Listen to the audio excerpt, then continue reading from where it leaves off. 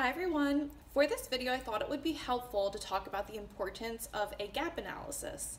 For anyone who is not familiar with the term gap analysis or gap assessment, to put it simply, it's a review of the current state of project or product materials against an end goal and associated industry regulations.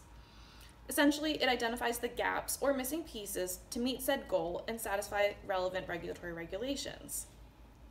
If you're thinking that this sounds interesting, I'm here to tell you that really anyone can benefit from a gap analysis, especially if you have a clear end goal in mind. For example, within regulated medtech, most companies have the goal of achieving FDA clearance, whether that be through the 510(k) or de novo pathway. The goal is to ensure that the FDA clears the device for use and sale. With this goal in mind, there are many activities and milestones that need to be met to achieve this clearance.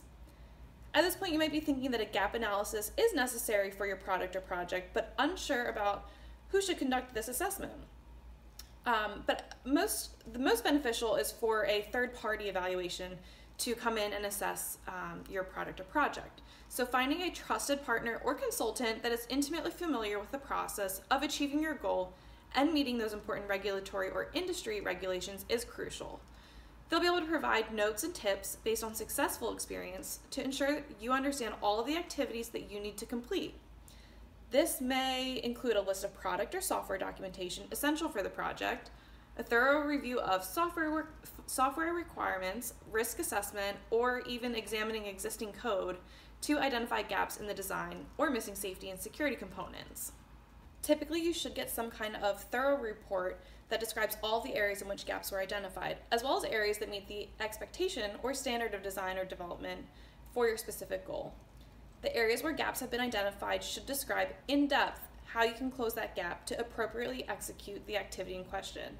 This kind of information is invaluable as it takes out much of the guesswork as to what needs to be done and really paints a picture of how to go about meeting that specific milestone or activity.